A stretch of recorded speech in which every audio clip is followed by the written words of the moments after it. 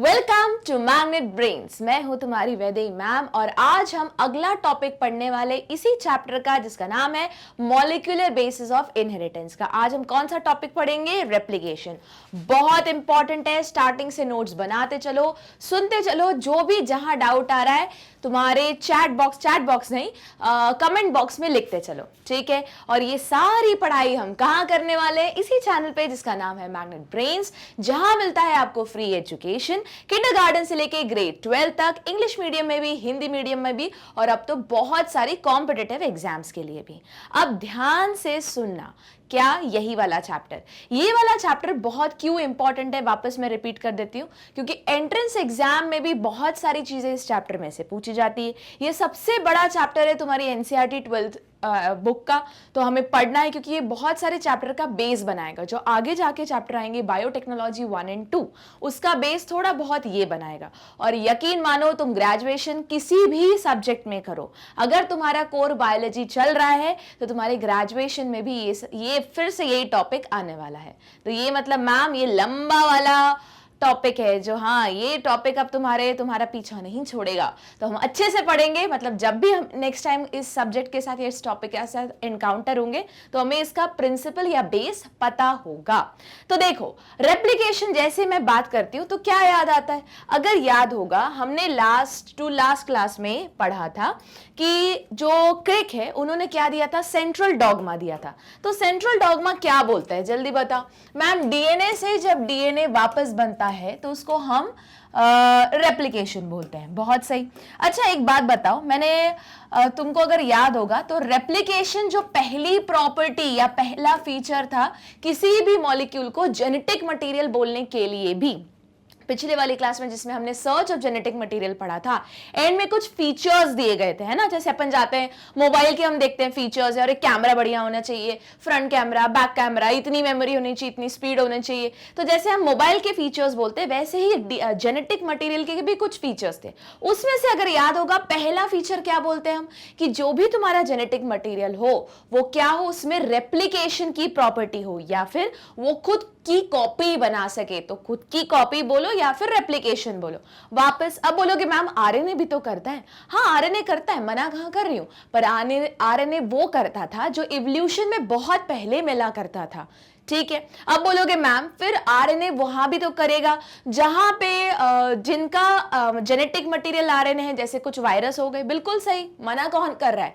पर वापस धीरे धीरे इवोल्यूशन के साथ ज्यादा स्टेबल कौन बनता गया? डीएनए बनता गया। इसीलिए मेजॉरिटी ऑफ द ऑर्गेनिज्म में जेनेटिक मटेरियल क्या है? डीएनए। और बहुत कम ऑर्गेनिज्म में, ऑर्गेनिज्म भी नहीं बोल सकते, वायरस को क्या ऑर्गेनिज्म बोलना, क्योंकि ऑर्गेनिज्म के लिए सेल्यूलर मेटाबॉलिज्म चाहिए, सेल के अंदर कुछ होते रहना चाहिए। अब वायरस के पास क्या है भैया? एक प्रोटीन कोट है ना, और अंदर एक जेनेटिक मटेरियल, उसको सेल भी नहीं बोल सकते हम ढंग से। तो बहुत सारे वायरसेस के पास क्या होता है? Genetic material RNA. बट वहीं मेजॉरिटी ऑर्गेनिज्म के पास जेनेटिक मटेरियल क्या होता है? डीएनए। भले आरएनए पहले बना था, इवोल्यूशन के टाइम पे जो फर्स्ट न्यूक्लिक एसिड फॉर्म हुआ था वो आरएनए था, वो प्रॉपर्टी भी रेप्लिकेशन की शो कर रहा था, रिप्रोडक्शन की शो कर रहा था। बड़ा मॉलिक्यूल बनता था, फिर टूट जाता था, डिसइंटीग्रेट हो जाता था, फिर वापस आता था, फिर टूट जाता था। बट अब ज्यादा स्टेबल कौन है? डीएनए। हमने पढ़ा था क्यों? क्योंकि डीएनए में क्या होता है? ऑक्सीजन हट गया होता है। कौन सी जगह पे? सेकंड पोजीशन उस डीएनए की शुगर वाली पे। याद आया? कुछ इस तरीके से हम शुगर बनाते थे, यहाँ पे नाइट्रोजनस बेस बनाते थे न्यूक्लियोटाइड का, यहाँ फॉस्फेट ग्रुप बनाते थे। मैंने उस लास्ट टू लास्ट लेक्चर में बताया था कि जहां भी ऑक्सीजन होगा वो ऑक्सीजन क्या करेगा? रिएक्शन करवाएगा। तो देखो इस वाले के यहाँ पे ओरिजिनली शुगर में OH और H होना चाहिए, पर OH निकल गया और क्या बन गया वहां पे? NB, मतलब नाइट्रोजनस बेस, ठीक है। तो O तो है नहीं, क्योंकि याद करो जब नाइट्रोजनस बेस और यहाँ शुगर के बीच में बॉन्ड बनता है तो उसको हम एन ग्लाइकोसिडिक लिंकेज बोलते हैं। और ऐसे लिंकेज में कंडेंसेशन प्रोसेस होती है, मतलब वाटर मॉलिक्यूल निकल जाता है, तब जाके बॉन्ड बनता है। तो O तो हट गया।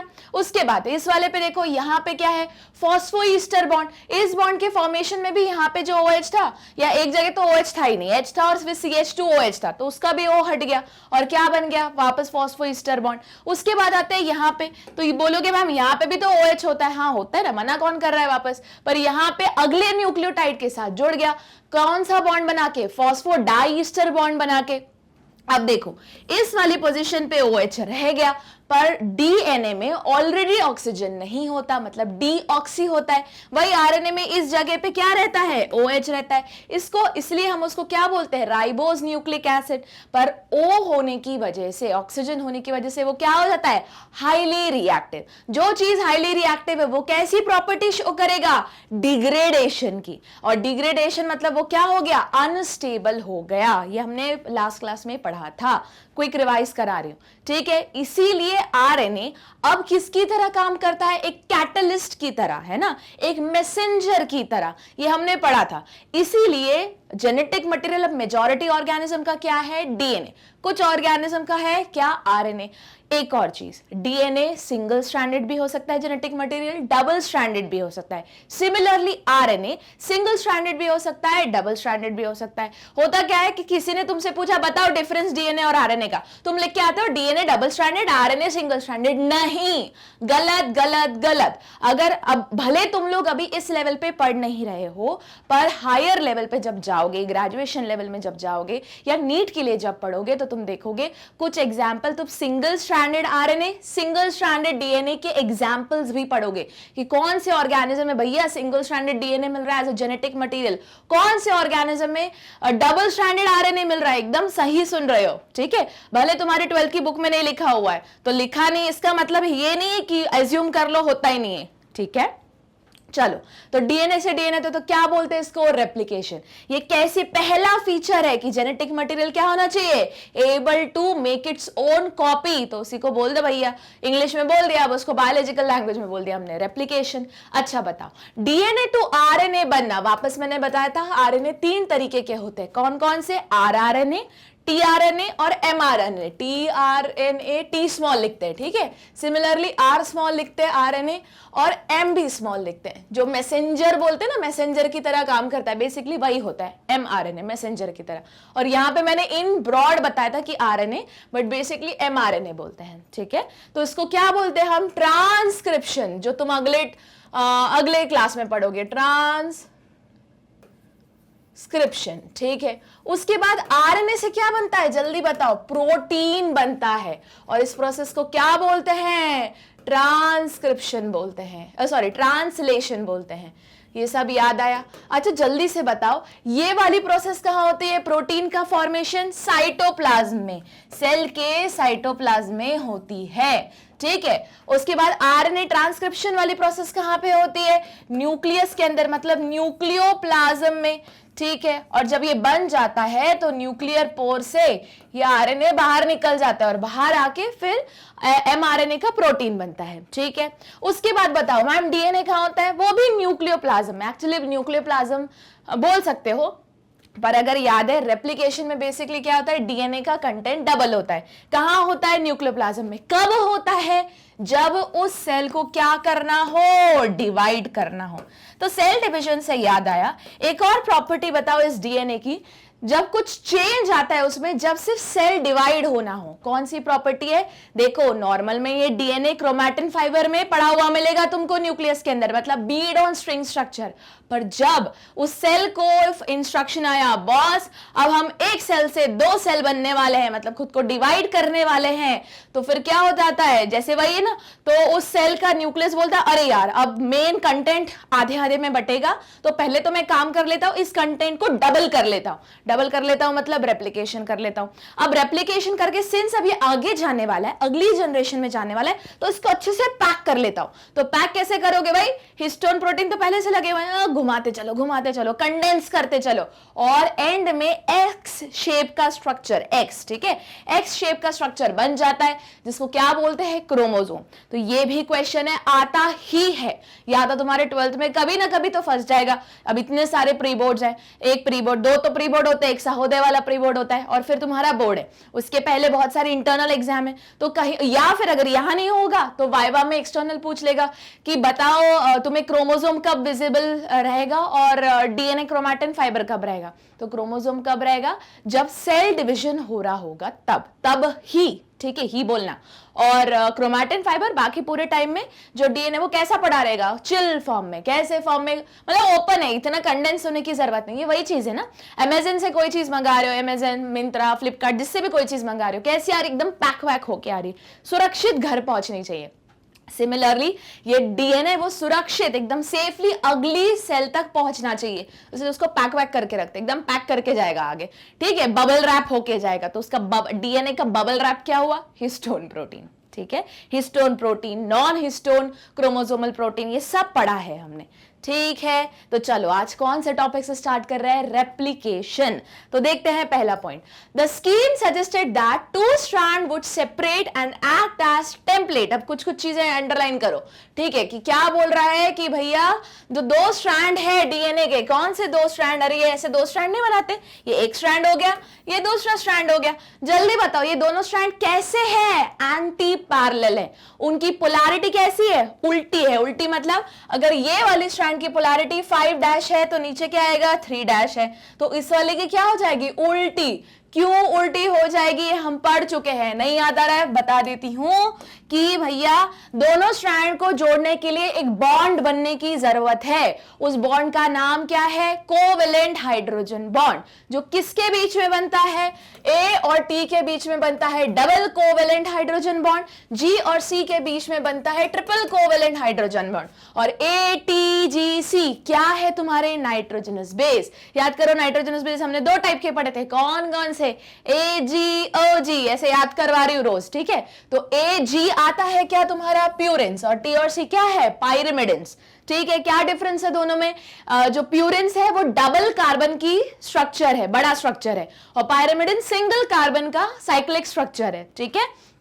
चलो, तो सिंस इन दोनों के बीच में बॉन्ड बनना है, और अगर ऐसे दोनों स्ट्रैंड रहे, पैरेलल रहे, पर अगर दोनों की मोइटी, देखो ऐसे से वर्ड अपन को एग्जाम में यूज करना है ना, दोनों की मोइटी, अगर अब ये क्यों बता रही है सारा, हो सकता है ये रीजनिंग में आ जाए, give the reason behind anti parallel nature of DNA, तो इसका रीजन ये जो सब बोल रही है इसलिए। तो सिंस दोनों के अगर स्ट्रैंड ऐसे रहे, तो याद करो मैंने बताया था कि सपोज इस तरफ तुम्हारा क्या है, नाइट्रोजनस बेस एक स्ट्रैंड का, दूसरी तरफ क्या है, फॉस्फेट ग्रुप, सिमिलरली दूसरे स्ट्रैंड का भी वही रहेगा। तो सिंस बॉन्ड नहीं बन पाएगा, इसलिए हम क्या करते हैं, एक स्ट्रैंड ऐसा है, एक स्ट्रैंड ऐसा है, सपोज करो ऐसा नहीं, ऐसा है ना, एक स्ट्रैंड का यहां पे इस वाली जगह पे क्या है, नाइट्रोजनस बेस, इस वाली जगह पे क्या है, नाइट्रोजनस बेस। अभी ऐसे जोड़ नहीं पाएगा क्योंकि इन दोनों को जोड़ना है तो बॉन्ड बनेगा, बॉन्ड अंगूठे के बीच में बनेगा, अंगूठा क्या है अपना, नाइट्रोजनस बेस। आज से याद रखना, अंगूठा बन गया नाइट्रोजनस बेस, जैसे मैंने उस दिन चुन्नी को बना दिया था डीएनए, है ना।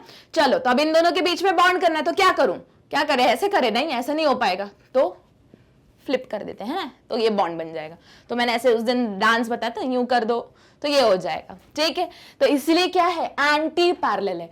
अब मैं बोल रही हूं कि ये जो डबल स्ट्रैंड है ना, अच्छा, तो ये जो डबल स्ट्रैंड है वो क्या हो जाएगा, ये सिंगल स्ट्रैंड में कन्वर्ट हो जाएगा। अच्छा जल्दी बताओ, ये जो डबल स्ट्रैंड मैंने बनाया है उसमें इतने बेस पेयर्स, दो बेस पेयर्स के बीच में डिस्टेंस कितना होता है, रोज याद करवाऊंगी, रोज बोलते चलना है, 0.34 नैनोमीटर।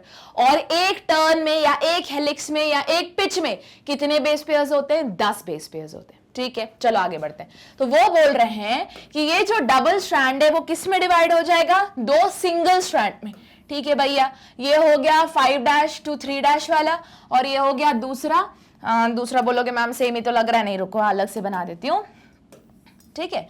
अब ठीक है, ये हो गया तुम्हारा 3' to 5' वाला। चलो, तो उनकी पहली लाइन तो क्लियर हो गई कि स्कीम क्या बोल रही है कि दो स्ट्रैंड है, ये जो दो स्ट्रैंड है वो किस में कन्वर्ट हो जाएंगे, ये कन्वर्ट हो जाएंगे तुम्हारे सिंगल स्ट्रैंड में, ठीक है। And act as template. अब ये टेम्पलेट का मतलब समझो, टेम्पलेट क्या होता है बेसिकली? टेम्पलेट मतलब वो, अगर सपोज करो अब मुझे इससे एक नया स्ट्रैंड बनाना है, अब ये सिंगल स्ट्रैंडेड, ये क्या है तुम्हारा सिंगल स्ट्रैंडेड डीएनए है ना, सिंगल स्ट्रैंडेड डीएनए। इससे मुझे अगर डबल स्ट्रैंडेड बनाना है तो एक पुराना रहेगा और एक नया आएगा। नया कैसे आएगा समझते हैं, फिर से ध्यान से सुनना है, बने रहना है। स्कीम क्या बोल रहे हैं, मैं ऐसा बना रही हूँ, ठीक है, हॉरिजॉन्टल बना रही हूँ, वही चीज बन रही है, बस हॉरिजॉन्टल बन रही है। तो ये हो गया तुम्हारा डीएनए, ठीक है, 5' 3' याद रखना, एंटी पोलर है, पोलैरिटी है 5' तो यहाँ 3' और यहाँ 5', ठीक है। अब इसको मैंने अलग अलग कर दिया, ठीक है, तो अलग अलग किया तो ये भैया हो गया ऐसा और ये हो गया ऐसा, ठीक है। अब ये ऊपर वाला था 5' और यहाँ पे था कौन सा 3' और ये था तुम्हारा 3' और ये था तुम्हारा वापस नीचे 5', ठीक। अब मैं बोल रही हूं कि सपोज करो, अब मुझे देखो, अब एक और चीज समझो, यहां पे क्या लगा हुआ है ma'am, A T G C A, अभी सिंपल सिंपल चला रही हूं, ठीक है, समझाने के, G C A T G C। अब यहां पे अगर A होगा तो इसके ऑपोजिट यहां क्या होगा, ऑपोजिट है ना, कॉम्प्लीमेंट्री टू ईच अदर। तो अगर A है तो यहां क्या रहेगा, T फिर A फिर C G, T A C G, अब वापस T A C और G। सिंस दोनों कॉम्प्लीमेंट्री है तभी तो हाइड्रोजन बॉन्ड बना था। अब मैं बोल रही हूं कि अगर मुझे नया स्ट्रैंड बनाना है, अब नया स्ट्रैंड ओरिजिनली बनेगा कहां, इस जगह पे ऐसा, करेक्ट। ये ग्रीन वाला क्या रहेगा, नया स्ट्रैंड बनेगा जो फॉर्म होगा। अब कौन फॉर्म करेगा थोड़ी देर में पता चल जाएगा, पॉलीमरेज नाम का एक मॉलिक्यूल रहता है वो बनाता है। अब बताओ अगर नया मॉलिक्यूल मतलब उस पॉलीमरेज मॉलिक्यूल ने इसको बना भी लिया नया स्ट्रैंड में, तो नए स्ट्रैंड में सबसे पहले यहां क्या आना चाहिए, क्या से करेक्ट वर्ड है, कौन सा न्यूक्लियोटाइड आना चाहिए या कौन सा बेस पेयर आना चाहिए, बेस आना चाहिए। तो अगर तुमको याद होगा, सिंस ये एक स्ट्रैंड है, सिंस वो ग्रीन वाली दूसरी स्ट्रैंड है, दोनों थे कॉम्प्लीमेंट्री। कॉम्प्लीमेंट्री तब थे जब दोनों के बीच दोनों कॉम्प्लीमेंट्री थे, इसीलिए दोनों के बीच में हाइड्रोजन बॉन्डिंग थी, करेक्ट। अब मैं ये बोल रही हूं कि जो नया स्ट्रैंड है, जो मैं सिंगल स्ट्रैंडेड डीएनए से मैं क्या कर रही हूं, सिंगल स्ट्रैंडेड डीएनए से मुझे वापस क्या बनाना है, डबल स्ट्रैंडेड डीएनए। तो उसके लिए दो स्ट्रैंड होने चाहिए, दोनों स्ट्रैंड के बीच में कौन सी बॉन्डिंग होनी चाहिए, जल्दी बताओ, हाँ, कोवेलेंट हाइड्रोजन बॉन्ड होना चाहिए। कोवेलेंट हाइड्रोजन बॉन्ड बनता कब है, जब दोनों बेस पेयर उसी फॉर्म में हो, मतलब अगर एक हाइड्रोजन बॉन्ड, ठीक है, कि अगर A हो सामने तो सामने T हो, या सामने T हो तो अगली वाले सामने वाली स्ट्रैंड पे A हो, और तब दोनों के बीच में डबल बॉन्ड बनेगा। सिमिलरली अगर सामने वाले स्ट्रैंड पे G है तो उसके सामने वाले स्ट्रैंड पे C होना चाहिए, जब ट्रिपल बॉन्ड बनेगा। कुछ आई समझ में बात? वापस मैं रिपीट कर रही हूं, स्कीम ये बोलती कि जो डबल स्ट्रैंड है डीएनए का वो सेपरेट हो जाएगा दो सिंगल स्ट्रैंड में। फिर मैंने बताया एक मॉलिक्यूल है जिसका नाम है पॉलीमरेज, पूरा नाम अभी थोड़ी देर में बताऊंगी, ठीक है, एकदम भागो मत, धीरे धीरे समझा रही हूं। तो मॉलिक्यूल है जिसका नाम है पॉलीमरेज, जो बेसिकली जो ये सिंगल स्ट्रैंड है रेड में जो दिखाया है उसका आगे वाला स्ट्रैंड बनाएगा, आगे मतलब कॉम्प्लीमेंट्री स्ट्रैंड बनाएगा जो ग्रीन कलर में दिखा है। अब सिंस मुझे सिंगल स्ट्रैंडेड डीएनए का वापस फिर से, और ओरिजिनली था डबल स्ट्रैंडेड, मैंने उसको किया सिंगल स्ट्रैंड, अब वो सिंगल स्ट्रैंड का मेरे को करना है डबल स्ट्रैंडेड डीएनए, मतलब मेरे को दूसरी स्ट्रैंड लेके आनी पड़ेगी, करेक्ट। दूसरी स्ट्रैंड इस स्ट्रैंड से जुड़ी कौन से बॉन्ड से रहेगी, कोवेलेंट हाइड्रोजन बॉन्ड। बेसिकली जो बॉन्ड मैंने तोड़ा वापस वही बॉन्ड मुझे लगाना पड़ेगा।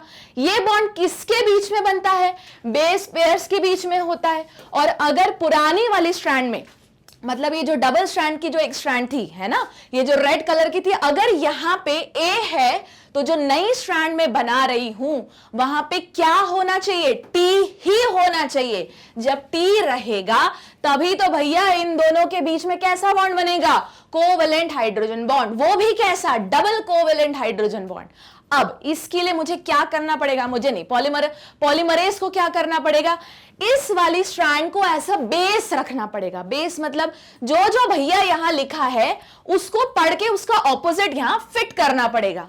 आई बात समझ में? मतलब रीड करना पड़ेगा ना, तो बोलोगे मैम रीडिंग भी होती है, और नहीं तो क्या, तुमने ऐसे ही समझ के रखा है क्या? सोचो ये हम कहाँ कर रहे हैं, हमारा बॉडी है, बॉडी के सिस्टम्स बने हुए हैं, सिस्टम टिश्यूज ऑर्गन्स के बने हुए हैं, ऑर्गन टिश्यू के बने हुए, टिश्यू सेल के बने हुए, सेल के अंदर गए न्यूक्लियस, न्यूक्लियस के अंदर गए वो डीएनए, अब डीएनए को मैंने खोल दिया है, ठीक है, 2 स्ट्रैंड में लेके आ गए, मतलब डबल स्ट्रैंडेड था, उसको ओपन किया, उसके हाइड्रोजन बॉन्ड तोड़े, पहली स्टेप उसके हाइड्रोजन बॉन्ड तोड़े, दोनों को सिंगल सिंगल स्ट्रैंड में लेके आ गई। अभी ये भी पॉलीन्यूक्लियोटाइड चेन है, ये भी पॉलीन्यूक्लियोटाइड चेन है, कैसी है?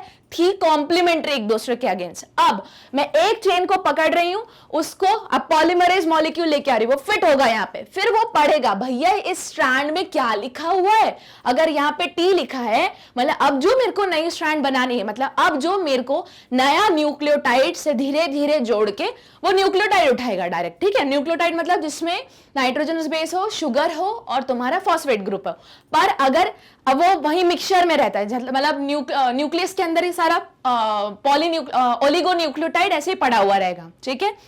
अब उस पॉलीमरेज ने देखा कि अरे यहाँ पे तो ए लिखा हुआ है पुरानी वाली स्ट्रैंड में, पुरानी वाली स्ट्रैंड को हम यहाँ पे बोलेंगे पेरेंटल स्ट्रैंड, क्या बोलेंगे जल्दी ये बताओ, ये बन जाएगी पेरेंटल स्ट्रैंड, ठीक है। तो पुरानी वाली स्ट्रैंड में भैया अगर ए लिखा हुआ है तो किसको, मतलब ये ऐसा कहाँ ढूंढ रहा है वो पॉलीमरेज, न्यूक्लियोप्लाज्म में ढूंढ रहा है, तो वहां से उठाया क्या, अगर ए है तो ये क्या आएगा, टी उठेगा, मतलब पूरा शुगर रहेगा, फॉस्फेट रहेगा और नाइट्रोजन बेस में टी जुड़ा हुआ रहेगा, वो उठाया वो लगाया, मतलब अगेंस्ट अगेंस्ट लगाते चलेगा। फिर यहाँ टी लिखा है तो यहाँ क्या आएगा, ए आएगा, यहाँ जी लिखा है तो यहाँ क्या आएगा, सी आएगा, यहाँ सी लिखा है तो यहाँ क्या आएगा, जी आएगा। कुछ आई बात समझ में? तब ये बॉन्ड बनते चलेंगे, ठीक है।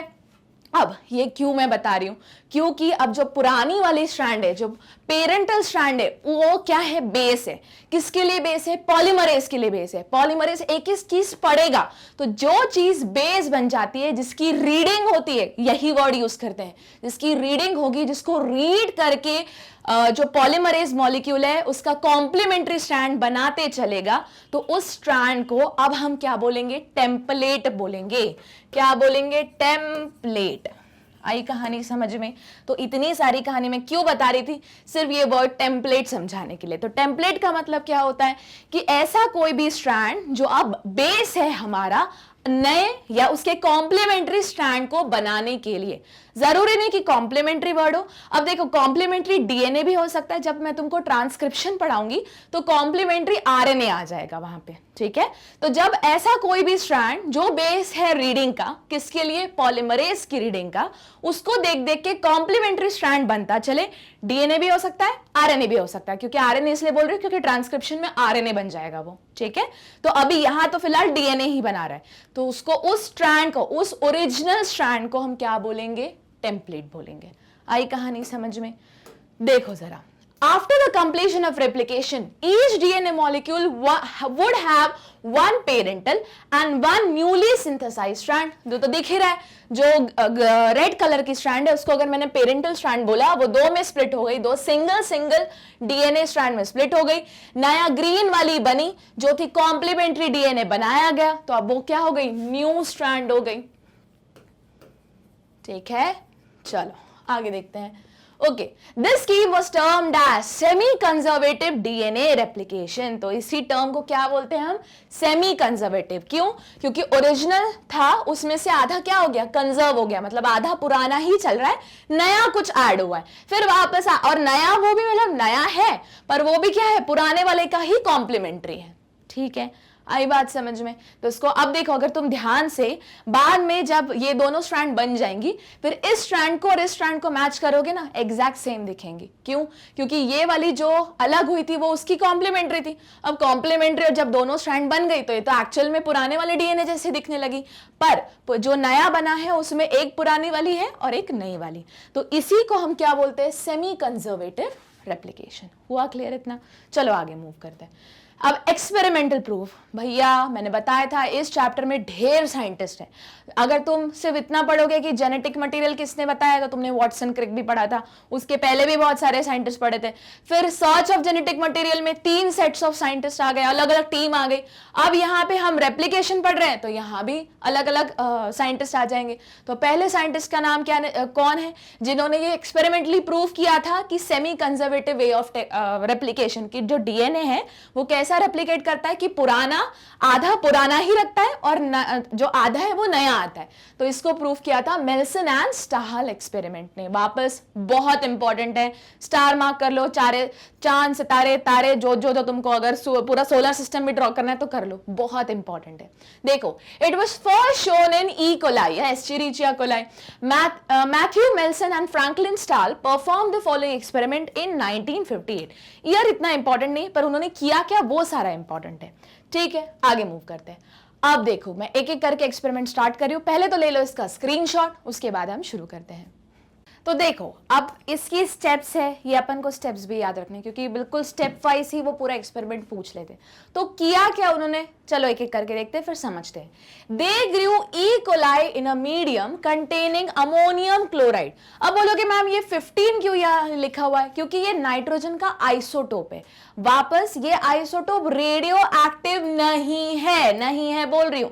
याद रखना, जो पहला वाला एक्सपेरिमेंट था जहां पे सर्च ऑफ जेनेटिक मटेरियल किया था, वहां पे जरूर फास्फोरस और सल्फर कैसा यूज किया गया था, रेडियो एक्टिव। पर ये रेडियो एक्टिव नहीं है, बस इसका अंतर क्या है, ये थोड़ा हैवी है, आइसोटोपी है, पर ये क्या है, नॉर्मल नाइट्रोजन से थोड़ा हैवी है। ठीक है, अब देखो तो ये क्या है, वापस देखते हैं। तो उन्होंने क्या किया भैया, फर्स्ट स्टेप उन्होंने ग्रो किया बहुत सारा ई कोलाई। ठीक है, किस में, एक पेट्री प्लेट में ही ग्रो किया होगा, बट ऑब्वियस बैक्टीरिया कहाँ ग्रो होगा, मीडियम में ग्रो होगा। और मीडियम कैसा है, अरे ये रेड, मीडियम कैसा है, वापस तुम्हारा ये रहा मीडियम, मतलब ये रही पेट्री प्लेट। अब इसके अंदर क्या है, मतलब जो मीडियम जो जेल है वो क्या है तुम्हारा, मीडियम में है अमोनियम क्लोराइड। ठीक है, अमोनियम क्लोराइड। और इसमें अमोनियम में नाइट्रोजन कैसा है, 15th आइसोटोप है। 15 वाला मतलब एटॉमिक मास क्या है उसका, 15। नॉर्मल में याद करो 14 होता है ना, पर यहाँ 14 है, क्या है तुम्हारा 15 है, हेवियर आइसोटोप है। ठीक है, वापस रेडियो एक्टिव नहीं है बोल रही हूं। अच्छा ये बताओ मेरे को कि नाइट्रोजन ही क्यों लिया। तो अगर याद होगा तो नाइट्रोजन हर जगह होता है डीएनए में, कहाँ, नाइट्रोजनस बेस बोलते हो तुम। तो वो जो नाइट्रोजनस बेस है, एडेंड बेस है, प्यूरिन पिरिमिडिन्स। अगर याद करो तुम स्ट्रक्चर, मैंने बोला था प्यूरिन डबल रिंग स्ट्रक्चर होती है, पायरिमिडिन सिंगल रिंग स्ट्रक्चर होती है, पर कार्बन की साइक्लिक स्ट्रक्चर होता है। पर कहीं ना कहीं साइक्लिन में नाइट्रोजन तो होता ही है। मतलब सीधा सा लॉजिक है, जो पहले वाला डीएनए होगा, जो ई कोलाई यहाँ ग्रो करा रहे ना, ई कोलाई ग्रो करा रहे, ठीक है, तो जो ई कोलाई ग्रो करा रहे हैं इस वाले स्ट्रक्चर में, तो उसमें जो अब नया ई कोलाई वापस सिंथेसाइज करेगा न्यू स्ट्रैंड, है ना, ये है। ठीक है, न्यू स्ट्रैंड जो सिंथेसाइज करेगा, तो न्यू स्ट्रैंड के लिए उसको क्या लेना पड़ेगा, वापस ओलिगो न्यूक्लियोटाइड लेना पड़ेगा। ठीक है, न्यूक्लियोटाइड्स मतलब एक एक यूनिट्स लेनी पड़ेंगी। न्यूक्लियोटाइड किसका बना होता है, शुगर का, फॉस्फेट का और नाइट्रोजनस बेस का। तो उस नाइट्रोजनस बेस में जो नाइट्रोजन है वो कुछ टाइम बाद कौन सा आ जाएगा, N15 वाला नाइट्रोजन आ जाएगा। एट द एंड कोई भी मॉलिक्यूल अगर बन रहा है तो उसके आसपास जो चीजें बनी होंगी उसी का इंटीग्रेट करके वो मॉलिक्यूल बन रहा है, करेक्ट। तो अगर वो मॉलिक्यूल, सिंस नाइट्रोजन कहां पे है, नाइट्रोजनस बेस में भी है, तो वो जो नाइट्रोजनस बेस का नाइट्रोजन है कुछ टाइम बाद यही वाला नाइट्रोजन उठेगा, क्योंकि इस मीडियम में क्या दिया हुआ है, एक अमोनियम क्लोराइड रखा हुआ है, और अमोनियम क्लोराइड का नाइट्रोजन कैसा है, N15 है। इतना वो क्लियर। वापस देखते हैं, they grew E coli in a medium. हाँ भैया, हमने बना दिया, एक पेट्री प्लेट में ई कोलाई की कॉलोनीज बना दी। मीडियम में क्या है, अमोनियम क्लोराइड है। N15 is a heavy isotope of nitrogen. अब बताओ, हेवी लिख रहा है, हेवी का मतलब है कि अगर मैंने डेंसिटी बेस सेंट्रीफ्यूगेशन किया, डेंसिटी बेस मतलब सेंट्रीफ्यूगेशन तुमको पता है, एक बता देती है, छोटी सी नहीं, अराउंड इतने साइज से लेके इतने साइज तक की मशीन होती है, लैब्स में मिलती है, हो सकता है तुम्हारे स्कूल में भी मिले, अगर बायोटेक्नोलॉजी सब्जेक्ट है तुम्हारे स्कूल में भी तो ठीक है। तो वहां क्या होता है, वहां पे हम अपना मिक्सचर डालते हैं और छोटे छोटे ट्यूब्स रहते हैं, ठीक है, उसके अंदर तुम अपना क्यूवेट बन करके सैंपल रखते हो, ठीक है। उसके बाद उसको स्पीड में घुमाया जाता है। जो सेंट्रिपिटल फोर्स है या सेंट्रीफ्यूगल फोर्स है, फ्यूगल फोर्स बोलना ज़्यादा सही है, तो जो उसकी वजह से कोई भी चीज़ क्या होती है, बहुत हाई रोटेशन में घूमने लगती है, RPM, रोटेशन पर मिनट। और इतना ज़्यादा रोटेशन होता है, मतलब 1 मिनट में हो सकता है 60 बार वो रोटेट कर रहा हो। मतलब वो जो सीधा सीधा जो तुम्हारा मिक्सचर है ना, मिक्सचर मतलब जो घर का जो मिक्सर होता है, तो वो भी तो वही घूम रहा है। नीचे जो ब्लेंडर है वो भी तो देखो फास्ट घूमता है। जो तुम्हारा वॉशिंग मशीन है वो भी तो रोटेट ही होता है एक, पर उसका स्पीड काफी स्लो है as compare to centrifugation machine का। ठीक है, हो सकता है 10,000 RPM हो, मतलब 1 मिनट में 10,000 बार घुमा रहा हो वो, इतनी स्पीड में। जब भी कोई भी चीज इतनी स्पीड में घुमाई जाती है, तो और जब घुमा के तुम रख दोगे तो क्या होगा, उसमें ना अलग अलग लेयर्स आ जाएंगी। अलग अलग लेयर्स मतलब क्या, जैसे सपोज करो एक क्यूवेट है। क्यूवेट मतलब क्या होता है मैम, एक छोटा सा तुम्हारा प्लास्टिक नहीं, पॉलीमर का कंटेनर रहता है, उसमें ढक्कन भी होता है, उसको तुम ढक्कन में बंद करते हो, या फिर टेस्ट ट्यूब्स रहती हैं प्लास्टिक वाली जिसमें तुम ढक्कन से बंद करते हो, और उसमें ऐसे ये कुछ इस टाइप की मशीन होती है।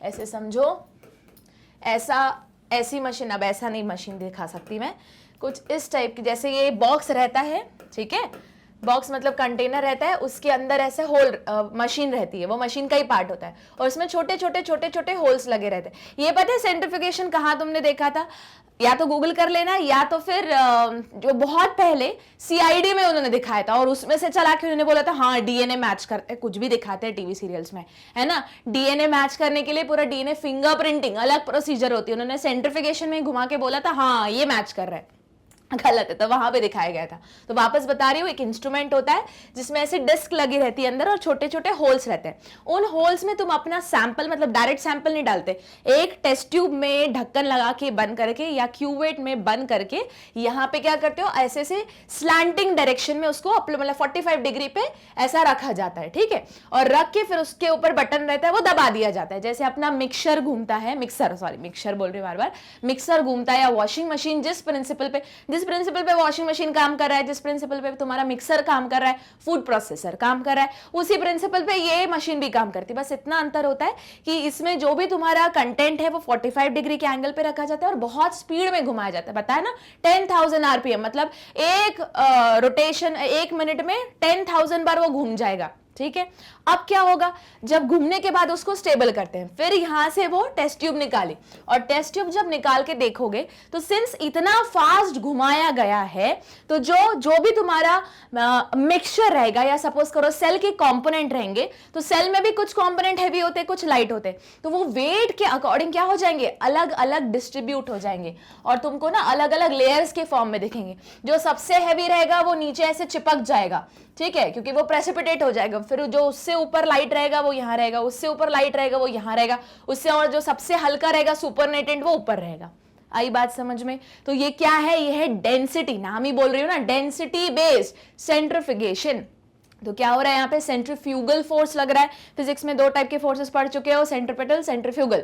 सेंट्रिपिटल बाहर की साइड में रखता है, सेंट्रीफ्यूगल अंदर की साइड में रखता है। तो उसी फोर्स के बेसिस पे ये मशीन बनी हुई है जो क्या कर रही है, सेंट्रीफ्यूगल फोर्स लगा रही है। और सिंस ये फोर्स की वजह से जो हैवी पार्टिकल है वो ज्यादा दूर नहीं फेंकेंगे मतलब हम फेंक कहाँ रहे हैं, उसी टेस्ट ट्यूब के अंदर जो हैवी पार्टिकल है वो क्या होंगे, पहले तो सेल में से टूट के नीचे एक साइड में नीचे आ जाएंगे, और जो लाइटर है वो उसके ऊपर, उससे लाइटर है उसके ऊपर। तो एट द एंड तुम्हें क्या मिलेगा, उस टेस्ट ट्यूब में अलग अलग लेयर्स फॉर्म हुई मिलेंगी। ठीक है, तो अब देखो, अब बताओ, अगर ये N15 हेवियर आइसोटोप है, ठीक है, और नॉर्मल है N14 वाला जो लाइटर आइसोटोप है, तो मैम इतना समझ में आ गया हमको कि जो हैवी वाला है वो नाइट्रोजन वाली लेयर नीचे मिलेगी और लाइटर वाला का बैंड ऊपर अलग मिलेगा। करेक्ट, यही प्रिंसिपल है दिखाने के लिए कि ये डीएनए कैसा रेप्लिकेट करता है, सेमी कंजर्वेटिव टेक्निक से। वापस पढ़ते हैं, दे ग्रो इकोलाई, ठीक है, इकोलाई ग्रो करवा ली, मीडियम कंटेनिंग अमोनियम क्लोराइड, जिसमें नाइट्रोजन क्या है, हेवियर आइसोटोप है, as the only nitrogen source for many generation. देखो, मेनी जनरेशन बोला है, मतलब अब धीरे धीरे पहला इकोलाई आया जिसमें नाइट्रोजन नॉर्मल वाला था, पर जैसे ये डिवाइड करने लगा तो धीरे धीरे कौन सा नाइट्रोजन यूज करने लगा, अमोनियम क्लोराइड में ये वाला जो नाइट्रोजन जो 15 है। मतलब बहुत जनरेशन के बाद अब जो इकोलाई के अंदर जेनेटिक मटेरियल है जो डीएनए, अगर उसमें मैंने नाइट्रोजन देखा, उसके नाइट्रोजन बेस का नाइट्रोजन देखा, तो अब वो मेरे को पूरा नाइट्रोजन कैसे मिलेगा, N15 वाला ही मिलेगा।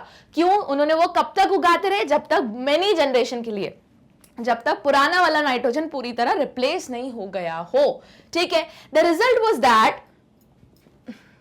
was that N15 was incorporated into newly synthesized DNA as well as the other nitrogen containing compound। मतलब जहां न्यूली सिंथेसाइज्ड डीएनए में भी था और जो दूसरे नाइट्रोजन कंटेनिंग कंपाउंड्स है वहां भी आ गया था। This heavy DNA molecule could be distinguish, हम अलग से इसको अलग अलग कर सकते थे फ्रॉम द नॉर्मल डीएनए। हम नॉर्मल डीएनए से ये हैवी डीएनए अलग कर सकते थे easily. By which method? Bye centrifugation. याद करो, मैंने बताया था एक इंस्ट्रूमेंट जो कौन से प्रिंसिपल पे काम कर रहा है, सेंट्रीफ्यूगल फोर्स पे काम कर रहा है। उस फोर्स की वजह से जो हेवियर पार्टिकल रहते हैं वो तुम्हारे टेस्ट ट्यूब में नीचे बैठ जाते हैं और उससे लाइटर ऊपर आ जाते हैं, तो अलग अलग लेयर्स बन जाती है। अब किस टाइप का सेंट्रीफ्यूगेशन है? इन अ सीजियम क्लोराइड डेंसिटी ग्रेडियंट। तो ये भी अपन को याद रखना है कि सेंट्रीफ्यूगेशन तो हुआ, डेंसिटी बेस्ड सेंट्रीफ्यूगेशन तो हुआ, पर कौन सा वाला? Caesium chloride density gradient. अब अपन को याद क्या करना है? Please note that N15 is not radio active. ये तो मैंने पहली लाइन ही बोली थी, याद रखना। सल्फर और phosphorus search of genetic material में था, हर्शियन चेज वाला एक्सपेरिमेंट था, वो कौन सा? Radio active. ये रेडियो एक्टिव नहीं है, ये कुछ चमकने नहीं वाला है, कोई रेडियो एक्टिविटी शो नहीं करने वाला है। ये सिर्फ कब पता चलेगा? जब तुम उस डीएनए को किस में डालोगे? सेंट्रीफ्यूगेशन मशीन में डालोगे, वो भी कौन सी? सीजियम क्लोराइड डेंसिटी ग्रेडियंट में डालोगे, तब तुम्हें दो अलग अलग बैंड दिखेंगे, क्योंकि जो जिसमें N15 होगा वो हेवियर होगा, वो नीचे बैठा हुआ दिखेगा, और जो N14 होगा वो ऊपर दिखेगा। ठीक, आई बात समझ में? वापस एक बार ये पॉइंट समझा रही हूं, इंपॉर्टेंट है। जरा सा भी कुछ डाउट हो प्लीज कमेंट बॉक्स में लिखो। ठीक है, अब देखो, सबसे पहले क्या किया उन्होंने? पेट्रीप्लेट ली, उसमें किसको उगाया भैया? ई कोलाई को उगाया। ई कोलाई को कौन से मीडियम में उगाया? जिस मीडियम में क्या डाला उन्होंने? अमोनियम क्लोराइड डाला। अमोनियम क्लोराइड में भी इस अमोनियम क्लोराइड में क्या स्पेशलिटी थी? इस अमोनियम क्लोराइड का जो नाइट्रोजन था वो कैसा था? आइसोटोप था, N15 का आइसोटोप था। और N15 का आइसोटोप कैसा रहता है? हेवी आइसोटोप रहता है, हेवी नाइट्रोजन आइसोटोप रहता है। ठीक है, हेवी नाइट्रोजन आइसोटोप है, याद रखो, मैं रेडियो एक्टिव आइसोटोप नहीं बोल रही हूं। तो इस हेवी नाइट्रोजन आइसोटोप को तुम पहचान कैसे सकते हो? सेंट्रीफ्यूगेशन करके। कौन सा सेंट्रीफ्यूगेशन करके? वापस सीजियम क्लोराइड सेंट्रीफ्यूगेशन करके। ठीक है, तो caesium chloride density based centrifugation करके। तो सिंस ये हेवी वाला आइसोटोप है, तो जब सेंट्रीफ्यूगेशन होगा तो ये नीचे अलग से सेटल हो जाएगा, इजीली डिस्टिंग्विश हो जाएगा, और नॉर्मल वाला ऊपर रह जाएगा। ठीक है, तो ये कितने टाइम तक किया ई कोलाई को इस मीडियम पे जिसमें अमोनियम क्लोराइड है 15 वाला? कब तक उगाया? बहुत सारी जनरेशन तक उगाया, जब तक ये नाइट्रोजन इस ई कोलाई के डीएनए के अंदर ना इनकॉर्पोरेट हो गया हो, और वहां उस मॉलिक्यूल में भी जहां पे नाइट्रोजन चाहिए होता है। हुआ क्लियर? चलो अब देखते हैं पॉइंट नंबर 2 कि अब क्या किया उन्होंने सेकंड स्टेप में।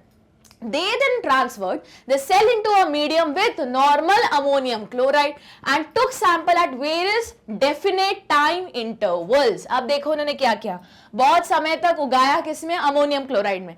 फिर एक टाइम आया, उसको आप नई पेट्री प्लेट में इसी ई कोलाई को उठाया थोड़ा सा, और इस वाले यहाँ पे ऐड कर दिया, छोड़ दिया, इंक्यूबेट करने दिया। अब वो धीरे धीरे ग्रो होने लगा, बड़ी बड़ी कॉलोनीज में कन्वर्ट होने लगा।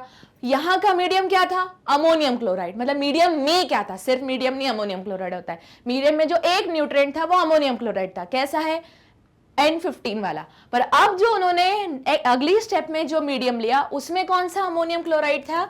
उसमें था नॉर्मल, मतलब N14 वाला अमोनियम क्लोराइड लिया। ठीक है, अब बताओ मुझे जरा अपना लॉजिक लगा के कि जब यहां पे वो ई कोलाई ग्रो हो रहा था तो धीरे धीरे उसने नाइट्रोजन कौन सा यूज किया, उसके पास एक ही सोर्स था नाइट्रोजन का, N15 वाला, तो वो N15 वाला उसके हर जगह आ गया होगा, उस इकोलाई के हर कंपोनेंट में आ गया होगा जहां भी नाइट्रोजन है। अब डीएनए में तो हमें पता ही है नाइट्रोजनस बेस होता है, तो वहां का नाइट्रोजन भी ये N15 था।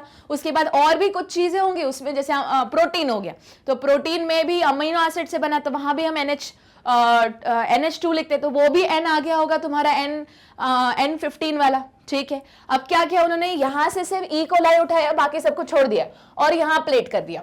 प्लेट करने के बाद इसको उगाया, कौन से मीडियम पे उगाया, N14 क्लोराइड, अमोनियम N14 बोल रही हूँ, अमोनियम क्लोराइड, जिसमें नाइट्रोजन क्या है 14। अब बताओ, अब यहाँ पे जब वो वापस अपने जैसे मल्टीप्लाई करेगा, नई कॉलोनीज बनाएगा, तो उसमें जो अब नाइट्रोजन आएगा एट द एंड, एक वापस नाइट्रोजन पुराना वाला मॉलिक्यूल है, अब नया स्ट्रैंड बनाना है, या नया स्ट्रैंड से ज्यादा बेटर है बोलना कि नया मॉलिक्यूल बनाना है। मॉलिक्यूल के लिए नया सपोज करो एक बड़ा मॉलिक्यूल, बड़ा मैक्रो मॉलिक्यूल बनाना है, तो macro molecule at the end polymer होता है। पॉलीमर किसका बना रहता है, मोनोमर का बना रहता है। मोनोमर किसका होता है, एलिमेंट्स का बना होता है। तो एट द एंड अगर सपोज करो यहाँ के इकोलाई को अब या तो नया डीएनए बनाना है या नया प्रोटीन बनाना है, तो प्रोटीन बनाना है अगर, तो प्रोटीन का मोनोमर क्या हुआ, अमाइनो एसिड। तो अमाइनो एसिड किसका बना है, अलग अलग एलिमेंट्स का बना है। तो वो एलिमेंट कौन सा लेगा, एलिमेंट कहां से लेगा, मीडियम से लेगा। इस मीडियम में नाइट्रोजन अब कौन सा है, N14 वाला है। ठीक, सिमिलरली अगर उसको डीएनए बनाना है, तो डीएनए वापस तीन चीजों से बना है, उसका मोनोमर क्या है, न्यूक्लियोटाइड। ठीक है, न्यूक्लियोटाइड में नाइट्रोजनस बेस, वापस नाइट्रोजनस बेस का नाइट्रोजन मतलब एक एलिमेंट हो गया, कहां से आया, इसी मीडियम से आया। इतना हुआ क्लियर। तो मैम पहली स्टेप में एकदम सही, पहली स्टेप में मीडियम लिया, मीडियम में अमोनियम क्लोराइड था, जो नाइट्रोजन था वो हैवी वाला था, इकोलाई को ग्रो करवाया। अब नया नया जो इकोलाई अपने सेल के कंपोनेंट्स बना रहा था या कोई बड़ा मैक्रोमोलिक्यूल बना रहा था, तो उसके लिए मैक्रोमोलिक्यूल बनाने के लिए चाहिए होता है मोनोमर, मोनोमर को बनाने के लिए चाहिए होता है एलिमेंट। तो उसने एलिमेंट जो नाइट्रोजन एलिमेंट है वो ये वाला यूज किया, बहुत जनरेशन तक यूज किया, तो नाइट्रोजन हैवी वाला नाइट्रोजन हर जगह इनकॉर्पोरेट हो गया। करेक्ट। स्टेप 2 में उन्होंने क्या किया, उन्होंने मीडियम चेंज कर डाला, मतलब मीडियम बेसिकली वही रखा, पर अभी तक जो ये हैवी नाइट्रोजन वाला मीडियम यूज कर रहे थे, अब नॉर्मल नाइट्रोजन वाला मीडियम यूज करने लगे, मतलब normal nitrogen, normal ammonium chloride को यूज करने लगे। करेक्ट। अब इसमें वहां का एक इकोलाई लिया, उस इकोलाई में पुराना वाला नाइट्रोजन था जो हैवी वाला नाइट्रोजन था, और उसको अब ग्रो करवाया नई पेट्री प्लेट में। करेक्ट। अब वापस ये जो इकोलाई है खुद को मल्टीप्लाई करने के लिए या खुद को मेंटेन करने के लिए उसको नए नए मैक्रोमोलिक्यूल बनाने पड़ते। नए मैक्रोमोलिक्यूल में से जैसे एग्जांपल ले लो प्रोटीन या डीएनए, तो ये मैक्रोमोलिक्यूल है, बने किससे है, मोनोमर से बने हैं। मोनोमर किससे बने, एलिमेंट से बने। तो ये एलिमेंट्स कहां से लेता है, जहां पे वो उग रहा है, मीडियम। तो मीडियम में अब कौन सा नाइट्रोजन था, नॉर्मल वाला नाइट्रोजन था, N14 वाला। हुआ क्लियर। मतलब मैम अभी तक इस वाले जनरेशन में पूरा नाइट्रोजन N15 आ गया था, बट अब इसमें अगर मैंने एक टाइम में उठा के देखा तो पहले ओरिजिनली मेरे को N15 ज्यादा मिलेगा, N14 थोड़ा कम मिलेगा, या हो सकता है स्टार्टिंग की जनरेशन में मिले भी ना, पुराना वाला यूज कर रहा हो जो उसके सेल के अंदर रखा हो। फिर मैंने कुछ टाइम बाद और देखा तो N15 वाला मुझे अभी सपोज करो 95% मिल रहा है, N14 वाला 5% मिलेगा। एक थोड़े टाइम बाद और मैंने वापस इसको उठा के देखा, और इसको उठा के ऐसे नहीं देखूंगी, इसको उठा के क्या करूंगी, डेंसिटी बेस्ड सेंट्रिफिकेशन, कौन सा, सीजियम क्लोराइड वाला, तो उसमें क्या होगा, बैंड्स दिखेंगे। तो जैसे इसको अगर मैंने 0 मिनट में लिया सपोज करो, ठीक है, ये इसका मैं लिख रही हूं यहां पे, ठीक है, तो अगर सपोज करो तो अगर सपोज करो कि जैसे इसको ट्रांसफर किया, ट्रांसफर करने एक कॉलोनी ट्रांसफर की, एक कॉलोनी का मैंने सेंट्रिफिकेशन किया, कौन सा, डेंसिटी बेस्ड सेंट्रिफिकेशन। ठीक है, तो स्टार्टिंग में मेरे को स्टार्टिंग वाले मतलब 0 मिनट्स में, ओके, 0 मिनट्स में मुझे पूरा 100% क्या मिलेगा, बट ऑब्वियस पुराना वाला नाइट्रोजन मिलेगा। तो मुझे N15 का बैंड मिल रहा है, N14 का कोई ट्रेस नहीं है। फिर मैंने सपोज करो एक घंटे बाद देखा, ठीक है, 60 मिनट्स के बाद देखा, तो 60 मिनट्स के बाद मुझे 90% मेरा N15 मिल रहा है, और उतने में सिंस उसने नया जनरेशन बना लिया है तो मुझे क्या मिल रहा है, अब 10% मुझे कौन सा नाइट्रोजन मिल रहा है, N14 वाला, ये कहाँ से मिला? जब मैंने डेंसिटी बेस्ड सेंट्रिफिकेशन किया। तो अभी तक मेरे को जहाँ पे सिर्फ डेंसिटी बेस्ड सेंट्रिफिकेशन में एक ही बैंड मिल रहा था, मतलब मेरे को पता चल रहा था ये सिर्फ N15 वाला है, अब मुझे 2 बैंड मिलने लगे, पर ये ज्यादा है, ये ज्यादा थिक है और ये एकदम पतली सी लाइन है, ठीक है। अब मैंने एक और घंटे बाद देखा, 120 मिनट्स के बाद देखा, तो अब ये रेशो थोड़ा और कम हो गया, ये 80% मिलने लगा और ये वाला मेरे को 20% मिलने लगा। और मैंने और टाइम के बाद देखा तो 180 मिनट्स के बाद देखा, तो 180 मिनट्स के बाद देखा तो मेरे को 50-50 मिलने लगा। कुछ आ रही है कहानी समझ में? तो धीरे धीरे क्या समझ में आ रहा है कि पुराना वाला भी चल रहा है और नया वाला भी ऐड होते चल रहा है। पर ये कब होगा? जब मैं अलग अलग टाइम इंटरवल पे सैंपल लूंगी और उसका सेंट्रिफिकेशन करूंगी। वही लाइन लिखी है उन्होंने, and took sample at various definite time interval as a cell multiplied. जैसे जैसे सेल मल्टीप्लाई होता चलेगा उसका उन्होंने लेके सेंट्रिफिकेशन करके सीजियम क्लोराइड सेंट्रिफिकेशन करके बैंड्स देखने लगे, ठीक। अच्छा, and extracted the DNA that remained as double stranded helix। और क्या अब उन्होंने, मैं तो पूरा सेल बोल रही हूँ पर अपन को सेल चाहिए कि अपन क्या स्टडी कर रहे हैं? डीएनए। तो उन्होंने क्या एक्सट्रैक्ट किया? सिर्फ डीएनए एक्सट्रैक्ट किया, ठीक है, जो कैसा है? डबल स्ट्रैंडेड हेलिक्स के फॉर्म में इंटैक्ट है। उसका क्या किया उन्होंने? उसका उन्होंने सीजियम क्लोराइड सेंट्रिफिकेशन लगाया। The various sample was separated independently on caesium chloride gradient to measure the density of DNA. मतलब अभी तक मैं बोल रही हूँ इन जनरल उन्होंने क्या किया? मेजर किया। पर क्या मेजर किया स्पेसिफिक लिया? उन्होंने सिर्फ डीएनए मेजर किया। कौन सा डीएनए? डबल स्ट्रैंडेड डीएनए को मेजर किया। इतना हुआ क्लियर? चलो थर्ड पॉइंट देखते हैं। Thus, the DNA that was extracted from the culture one generation of the transfer of N15 to N14 medium। अब देखो मैं सिर्फ यहाँ पे एक रफ आइडिया ले रही हूँ, है ना, एक जनरेशन, बट एक्चुअल में ये अपन को याद रखना है क्योंकि इसके ऊपर न्यूमेरिकल्स 110% आएंगे।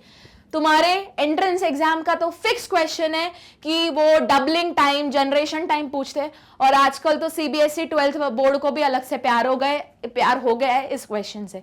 वो पूछ ही लेता है इनडायरेक्टली और डायरेक्टली एक क्वेश्चन कि बताओ इकोलाई का डबलिंग टाइम क्या है। डबलिंग टाइम मतलब अगली जनरेशन कितने मिनट में बनती है। तो अपन को ये याद रखना है कि भैया 20 मिनट में इकोलाई की अगली जनरेशन बन जाती है। मतलब तुम गए पेट्री, सपोज करो तुम्हारी स्लाइड है, माइक्रोस्कोप लगा के देखा, हाँ भैया ये है, लिख लिया, ऑब्जर्व कर लिया।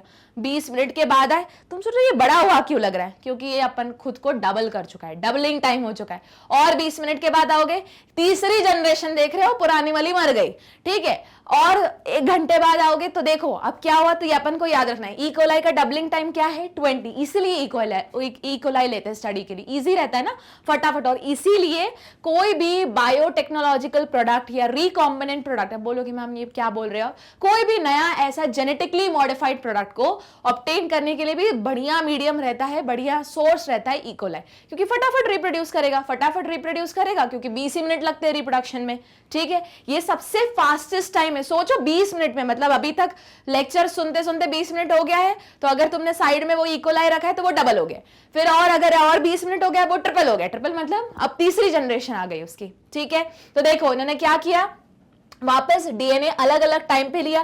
पहला टाइम कौन सा चूज किया कि जब सिर्फ उन्होंने N15 मीडियम से N14 मीडियम में इकोलाई को ट्रांसफर किया था, वो एकदम वो टाइम लिया। अब हमको पता है, हम याद करके जाएंगे कि इकोलाई का डबलिंग टाइम क्या है, मतलब कितने टाइम में वो रिप्रोड्यूस करता है? 20 मिनट में। 20 मिनट में देखो एक जनरेशन से दूसरी जनरेशन बन जाती है। अब देखो वापस बढ़ रहा है, ठीक है। तो 1 generation after the transfer of N15 to N14 medium had a hybrid और इंटरमीडिएट डेंसिटी। वही चीज समझा रही थी मैं कि ओरिजिनल जब लिया, जब 0 मिनट में लिया तो कितना आ रहा था? 100% जो नाइट्रोजन ऑब्टेन हो रहा था वो कितना था? N15 वाला ऑब्टेन हो रहा था। मतलब जो उन्होंने डीएनए को डेंसिटी ग्रेडेड किया तो जो एकदम जो बड़े बैंड्स आ रहे थे वो किसके थे? N15 के ही थे, ठीक है। बोलोगे मैम हमको कैसा पता चला कि वो N15 था? उन्होंने पहले एक्सट्रैक्ट किया होगा, फिर उसको अलग से टेस्ट करके चेक किया होगा कि हाँ भैया ये जो बड़ा बैंड आ रहा है वो N15 का ही है, तो कंफर्म हो गया। उसके बाद अब ये यहाँ पे मैंने 60 मिनट्स लिखा है, 60 मिनट्स नहीं लिखेंगे, कितना लिखेंगे? 20 मिनट, है ना। चलो तो 20 मिनट के बाद जब देखा तो क्या हुआ? अब थोड़ा सा क्या हुआ, अब देखो हमको पता है सेमी कंजर्वेटिव है, मतलब एक नया और एक पुराना। तो जब हमें क्या मिला? इंटरमीडिएट बैंड मिला। मतलब अब अभी क्या है? 50% पुराना N15 वाला और 50% नया। N14 वाला। तो देखो यहीं से समझ में आ रहा है, जो 100% का 50-50 हो गया, मतलब 50% पुराना आ रहा है, 50% नया आ रहा है। हुआ क्लियर? उसके बाद वापस उन्होंने 20 मिनट के बाद देखा, तो अब जो नया, मतलब अब 20 मिनट के बाद, मतलब अब 40 मिनट के बाद देखा, ठीक है। 40 मिनट के बाद मैं 40 कहां से ले रही हूँ, 0 से काउंट कर रही हूँ, नहीं तो यहाँ तुम 20 लिखोगे तो फिर 20 20 20 ऐसा। अब क्या हुआ, अब इसका और 25% तुमको क्या मिल रहा है, सिर्फ पुराना वाला, और पूरा बचा हुआ जितना 75% है, 75% है, वो क्या मिल रहा है, नया वाला। कुछ आई बात समझ में? तो यही ऑब्जर्वेशंस उन्होंने किए, और उसके बाद बोला कि ये जो नंबर है N14 वाला नंबर धीरे धीरे क्या हो रहा है, बढ़ते जा रहा है। पहले तुमको प्योर में N15 मिल रहा था, अब क्या हुआ, अब इंटरमीडिएट बीच का बैंड बन गया, ठीक है। आई हैड हाइब्रिड और intermediate density. DNA extracted from the culture after another generation, मतलब अब 40 मिनट के बाद second generation was composed of equal amount of this hybrid DNA, मतलब इक्वल 50-50 मिलने लगा, है ना। कितना डार्क DNA, मतलब हैवी वाला N15 वाला और N14 वाला। तो यही देखो, यही चीज। और अब अगले में क्या आएगा, ये N15 का नंबर और कम हो जाएगा, N14 बढ़ने लगेगा। तो देखते हैं, ये तुम्हारा एनसीईआरटी का डायग्राम है, इंपॉर्टेंट है, समझते हैं। तो देखो सबसे पहले भी ग्रेविटेशनल फोर्स क्यों लिखा है, क्योंकि ये है सीजियम क्लोराइड सेंट्रीफ्यूगेशन, लिख दो भैया, ठीक है। अब उसके बाद ये कौन सा है, N15, 0 मिनट पे जब उन्होंने क्या किया था, सिंपली N15 वाले मीडियम से इकोलाई को लिया और N14 पे ट्रांसफर करे थे। तो ट्रांसफर करने के पहले उन्होंने एक सैंपल ले लिया, तो इस सैंपल में पूरा का पूरा नाइट्रोजन कैसा था, N15 वाला ही था। तो देखो क्या कैसा आया यहाँ पे, N15 dark band green colour का, ये क्या है, हैवी आइसोटोप है, याद रखना, रेडियो एक्टिव नहीं, हैवी आइसोटोप। अब उसके बाद उन्होंने किस में ट्रांसफर कर दिया भैया, यहाँ हो गया मीडियम चेंज, ठीक है, मीडियम हो गया चेंज। कौन सा हो गया, N14 वाले मीडियम में डाल दिया, ठीक है। अब क्या होगा, दोनों थोड़ा थोड़ा इंटरमीडिएट बीच का बैंड मिलने लगा, और इकोलाई को लिया, तो इसको हमने बोला जनरेशन 1। तो अब हमको पता है कि जो दो बैंड है वो सिंगल में डिवाइड हुई, और सिंगल का नया कॉम्प्लीमेंट्री कौन आया, N14 आया। तो यहां पे जब उन्होंने देखा तो बीच का बैंड मिलने लगा, N14 और N15 का मिक्सचर, ठीक है। मतलब कुछ बता नहीं सकते थे कि कितना अमाउंट है, मतलब अलग अलग डिस्टिंग्विश नहीं हो पा रहा था, पर बीच का था। क्योंकि भैया ये किस में गिन रहे थे, ये भी याद रखो, ये क्या गिन रहे थे, डबल स्ट्रैंडेड डीएनए का डेंसिटी ग्रेडियंट कर रहे थे, ठीक है। जो हेलिक्स में था ना डबल स्ट्रैंडेड डीएनए, उसी का कर रहे थे। अब जब उन्होंने देखा तो बीच में क्या मिलने लगा, हाइब्रिड मिलने लगा, और 20 मिनट होने दिया, मतलब अब कितना हो गया, 40 मिनट, क्योंकि ई कोलाई का जो डबलिंग टाइम है या नेक्स्ट जनरेशन टाइम कितना है, 20 मिनट्स। अब उसके बाद देखा तो बताओ, अब ये जो ग्रीन वाला है वो और अलग अलग में गया, और अलग अलग में जाके ये N14 हो गया, N14 वाला इंडिविजुअल मिलने लगा। अब N15 सिर्फ एक ही जगह मिल रहा है, ठीक है, बाकी पूरा का पूरा N14 मिल रहा है, दो जगह, है ना। तो अब थर्ड जो सेट है, मतलब सेकेंड जनरेशन में उनको इक्वल 50-50% मिलने लगा। अच्छा बताओ, इसके बाद और होगा तो ये 50 का और आधा हो जाएगा, सिर्फ 25% तुमको N15 मिलेगा, बाकी पूरा 75% क्या मिलेगा, N14 मिलेगा। चलो इसी को हम डायग्राम से समझते हैं कैसे। तो सबसे पहले तो ले लो इसका स्क्रीनशॉट, ये तुम्हारे एनसीईआरटी का डायग्राम है, इंपॉर्टेंट है। फिर इसी डायग्राम को मैं ड्रॉ करके समझाते तो जल्दी और समझ में आएगा। तो चलो अब इसका डायग्राम बना के दिखाती हूँ। तो सबसे पहले क्या हुआ, अब मैं अलग अलग पेन यूज करूंगी, ठीक है। तो सपोज करो ये रेड वाला था क्या पूरा, जिसमें पूरा तुम्हारा आ गया था N15 वाला। अब हमको पता है रेप्लिकेशन कैसे होता है, ये जो डबल स्ट्रैंडेड डीएनए है ना, ये डबल स्ट्रैंडेड जो डीएनए ये स्प्लिट हो जाएगा किसमें, सिंगल स्ट्रैंडेड डीएनए में। लो भैया तोड़ दिया, तो ये आ गया नया सिंगल, ये आ गया नया सिंगल।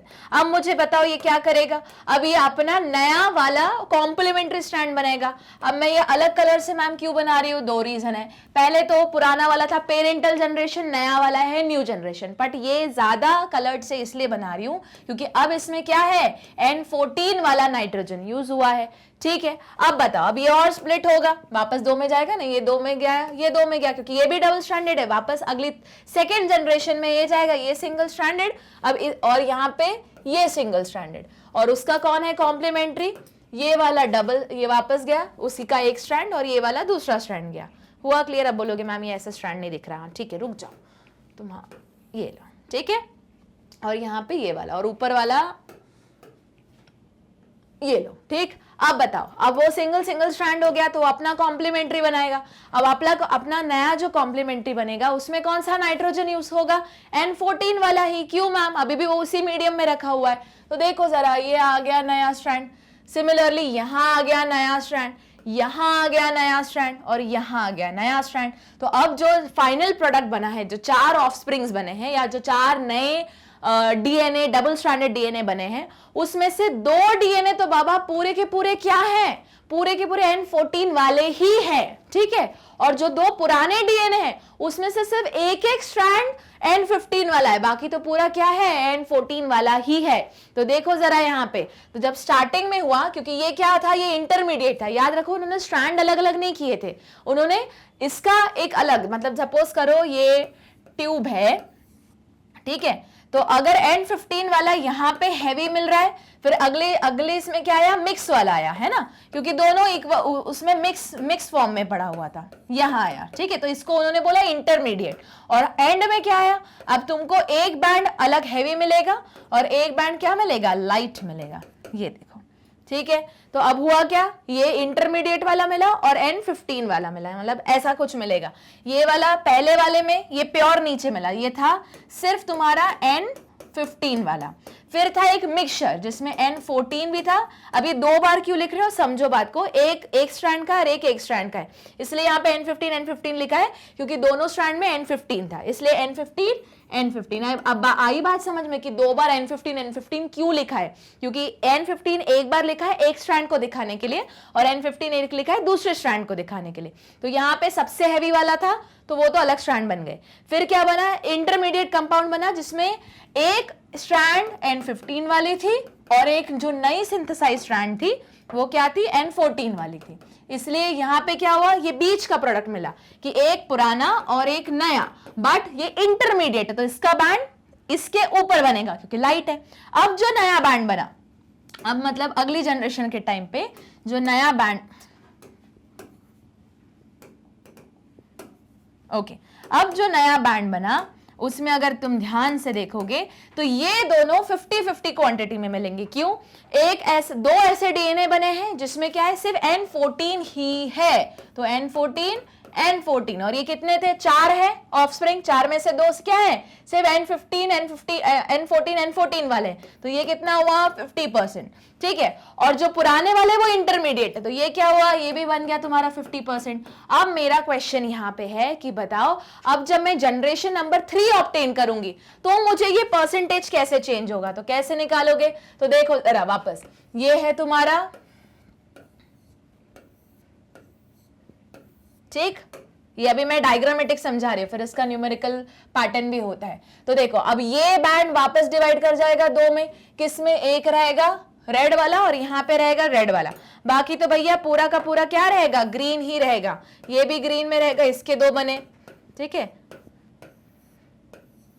अब इसके भी 2 बने, इसके भी 2 बने और इसके भी 2 बने।